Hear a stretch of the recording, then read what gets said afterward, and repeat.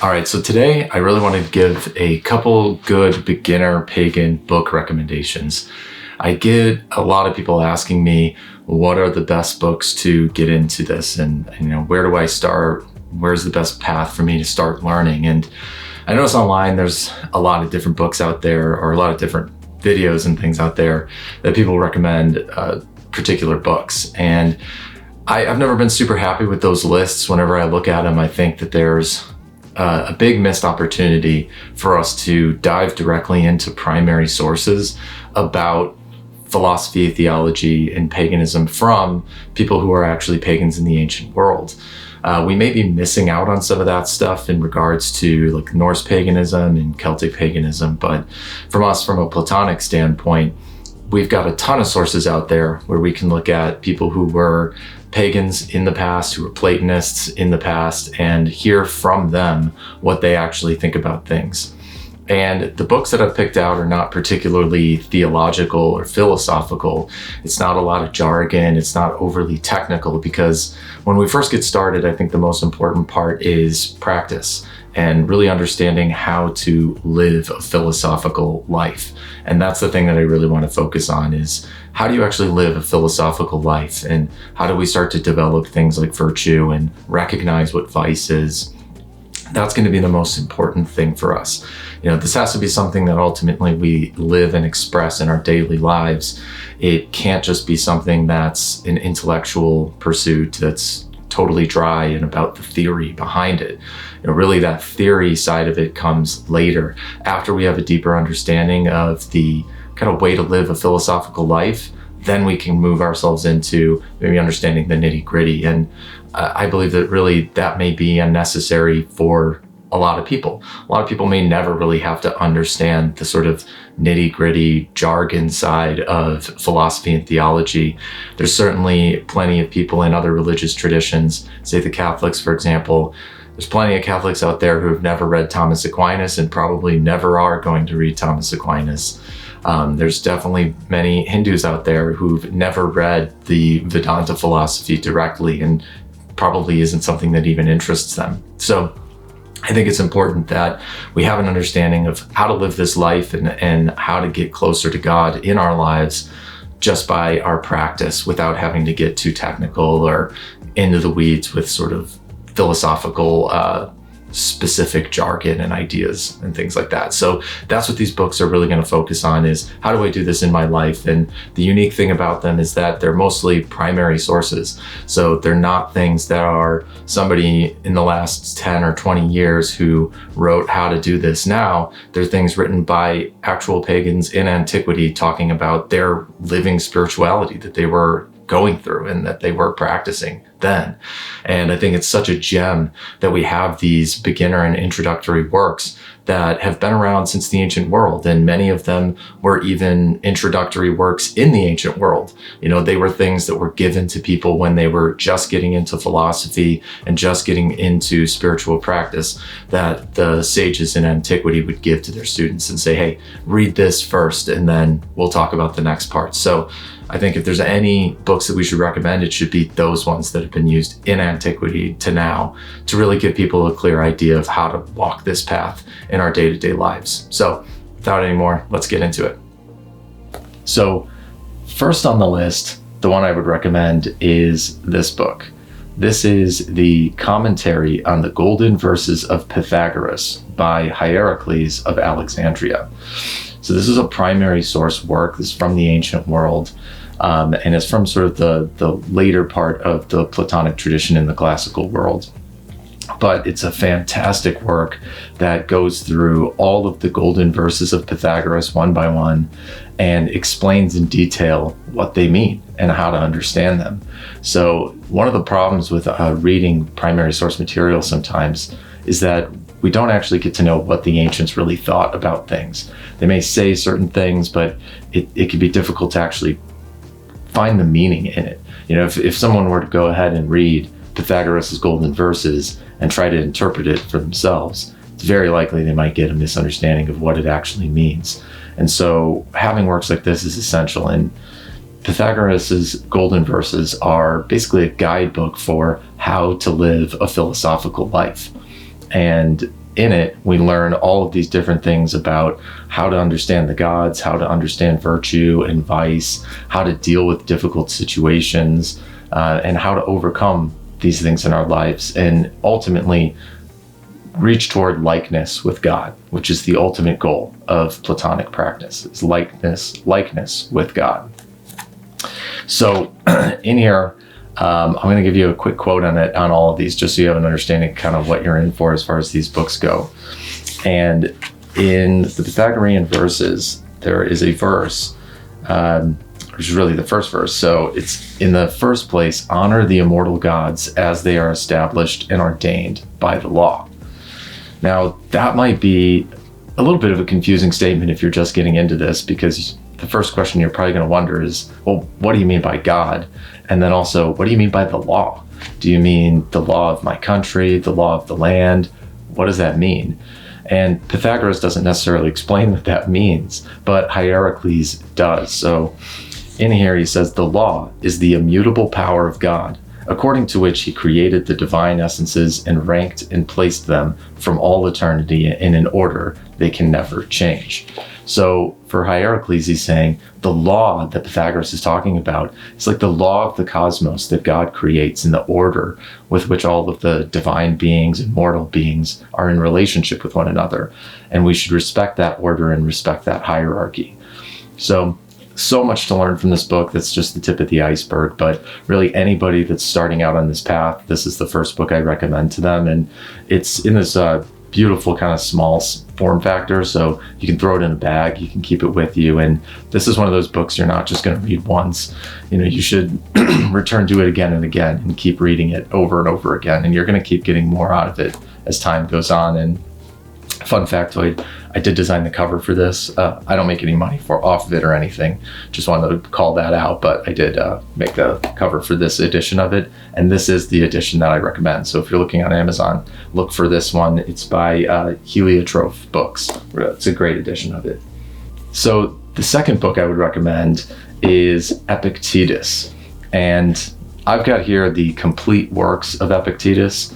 You don't necessarily have to get this. This is a more scholarly edition, but there's actually a book by Epictetus that I really recommend, or a book of compiled sayings, I should say, of Epictetus, called The Golden Sayings of Epictetus.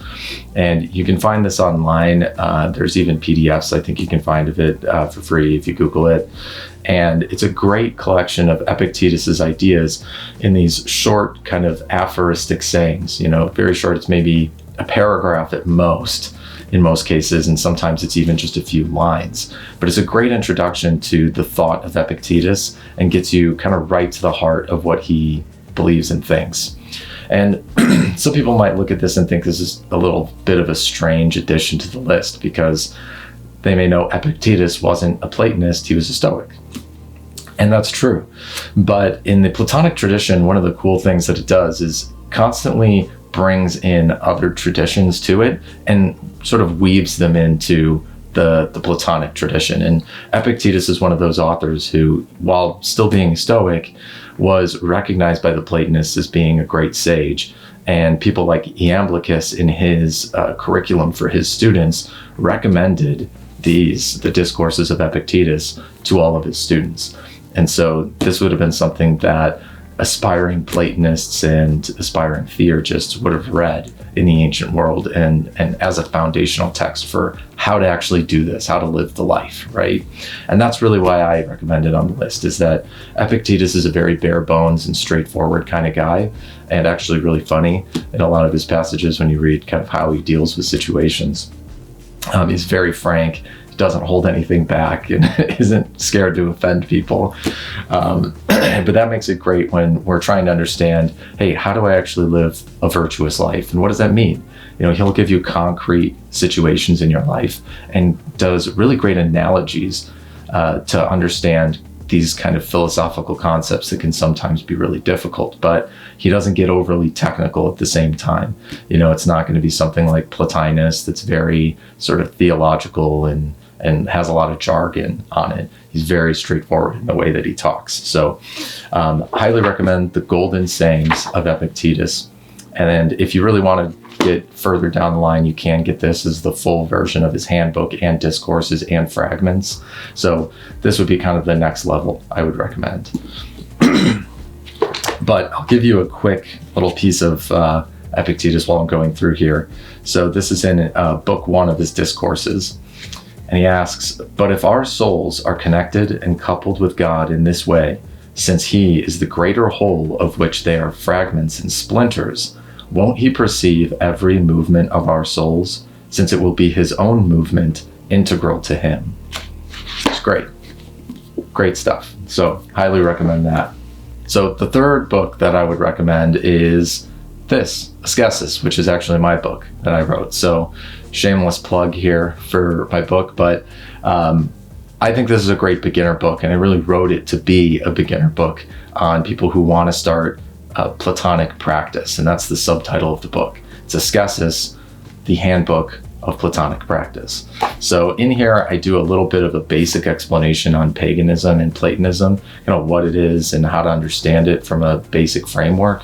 But then beyond that, it's really about practice and actual concrete practices you can do. In the previous books that we were looking at, they do talk a little bit about prayer and meditation, but there's never much detail in ancient works about how do I actually do this. And I think today, one of the hardest things about getting into spiritual practice for some people is that we don't necessarily have a culture that's very focused on prayer or even focused on meditation. The kind of meditation that we have is oftentimes more of almost like a therapeutic kind, where people are doing it for their mental well-being or something, but they're not really doing it spiritually all the time. And prayer is something that's become more and more foreign to people. So I think it's important to understand a bit of the sort of theory behind what prayer is, what meditation is, from this Platonic and pagan perspective, and how to do that better. So that's really what the book is about. I'm not interested necessarily in making money off of this. It's on Amazon if you want to buy it. But if you're just interested in the content here, I want everybody to have access to it. So feel free to message me, and I happily give you a PDF of it if it's something you don't feel like you can afford. So it's really about getting that information out there for people. All right, so those are my top 3 books that I would recommend for beginner pagans to read. So even if you're not necessarily interested in getting into Platonism, I still recommend that you read these books, because these are books that are written by ancient pagans. These are the primary sources. These are the people who actually believe this stuff, and they're the ones who understand it better than anybody. So one of the things I hear a lot of people say is that we don't have an understanding of what ancient paganism was like. And that's just not true. We have a ton of information about what ancient paganism was like.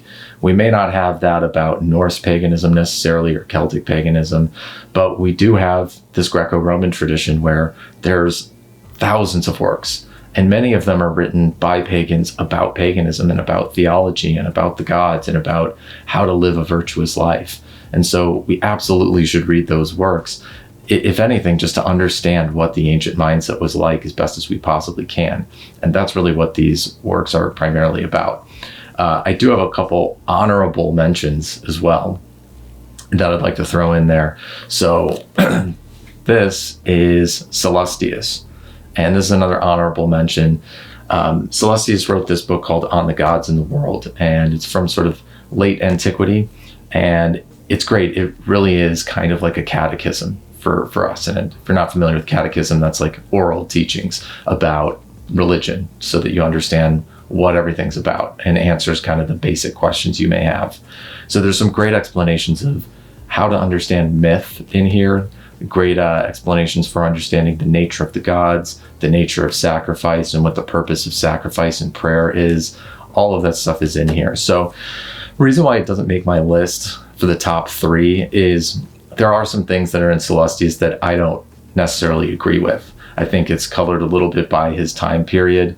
And there's some thoughts he has about sacrifice I don't necessarily agree with. Some thoughts he has about the gods I don't necessarily agree with. And so I usually try to steer my own students away from reading it right away. It's something that, they can maybe take on later when I can give it some full context. However, I definitely read it early on, and it did help me understand a lot about things like myth and the gods and what their place are and everything. And so if you're looking for something kind of like a first foray into something a little bit more technical, and if you've got questions, right? For me, I know when I first started practicing, I had a lot of questions, and I wanted to know, like, what am I doing? And what are the gods? Like, is this just silly? Like, I don't understand what the purpose of sacrifice is. Like, why did the gods need this from me? Or how does this work? I didn't really understand it. I had a lot of questions, and books like Sallustius are a great way to clear up a lot of those questions that you may have. You know, you can find this for free online with the Thomas Taylor translations. Thomas Taylor can be a little bit difficult to understand. He wrote in the 1700s, and his writing hasn't necessarily been updated, so it still has that kind of 1700s style to it, you could say, and the words that he uses are sometimes a little bit beyond what most people are going to use today. So this version that I have is a translation from Arthur Darby Knock, and this so far has been my favorite translation of it. It's got a lot of commentary on here, and if you're looking for just more to it than just the straight text, and you want to have a little bit of extra thought put into it and the explanation, this is a great way. And the translation is more modernized than the Taylor version, so this one's going to be a little bit more expensive. This is more of an academic version of it from Cambridge, but I really highly recommend it. I don't see people recommend this one enough. But if you can't do that, you can always grab the Taylor one online anywhere, and there's a bunch of cheap versions of it too in print that you can get.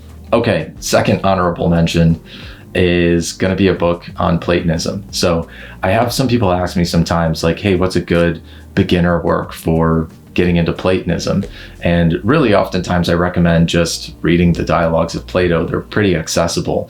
I just give them a way to read them. I tell them to read them in the Iamblichian order. So the sage Iamblichus had a particular order that he recommended people read Plato in, and I recommend that. And if you're looking for more on that, you can check that out at the romanistsociety.org. Go to our community area, or find our Discord, or just message me directly and I can get that to you. But we've got all of that information in our learning site. But if you're just looking for something maybe as like a intro to Platonism type of book, you can find a lot of academic works out there that give you kind of like a survey of Platonism, but I don't really recommend going to academics. I recommend going to the primary sources to understand Platonism. And for that reason, I recommend this book, which is the Handbook of Platonism by Alcinous. Now, Alcinous goes by another name, which is Albinus. And so you may find this as the Doctrines of Plato, I believe it's called, by Albinus. It's the same book. You can find that on Amazon, looking around anywhere, but sometimes he's called Alcinous, sometimes he's called Albinus. There was a confusion among scholars for a while about who this guy was who wrote this. Some thought it was Alcinous, some thought it was Albinus. Doesn't matter, they're the same guy. So you can find either of those, either this Handbook of Platonism or the Doctrines of Plato, and they're a great overview of Platonism. So if you want to understand Platonism from a Platonist in the Middle Platonic period, so this is around the sort of turn of the millennium this was written, and he takes all of the core concepts from Plato and wraps them up into a very simple to understand book. And so I find this really useful when trying to understand things like the forms, because the doctrine of forms in Plato, if you're just reading the dialogues, is not something that Plato ever just sits down and fully explains. That's not really how Plato writes. Plato has these dialogues that are more like plays, and you read them, and through them you can start thinking about these ideas and come to conclusions about them and arrive at truth through his process. But if you're just looking for, the basic understanding, if you're like, can somebody just explain to me what exactly forms are? That's where Alcinous really comes in handy, because you can go right to the chapter. It's chapter 9, the forms, and he explains what the forms are. So let me give you a little taste of that. He says here, they justify the existence of forms in the following way also: whether God is an intellect or is possessed of intellect, he has thoughts, and these are the eternal and unchanging. Or they are eternal and unchanging. And those are what the forms are, the eternal thoughts of God. So I love that. It's very simple, it's very straightforward, and there's more to it than that. There's a whole chapter in here on the forms. There's a chapter on the gods, there's a chapter on God, and there's also a chapter on what the purpose of philosophy is, which is likeness with God. So if you're looking for kind of an overview of Platonism before you jump in, this can be a great primer. You can read this, and then when you actually go to read the Platonic dialogues, you're going to start to recognize some of the things that Alcinous is talking about, and it's going to make a lot more sense to you as you're going through it. So there you go. All right, so those are the books that I would recommend getting started with paganism, and particularly sort of Platonic paganism. Those are the ones that I would recommend getting as your first few books into this. Really focused on practice, not getting overly technical on any of this stuff. So if there's any that you think that I missed or things that would be worthy inclusions, throw them down in the comments. I'd love to hear it. And until next time, I'll see you.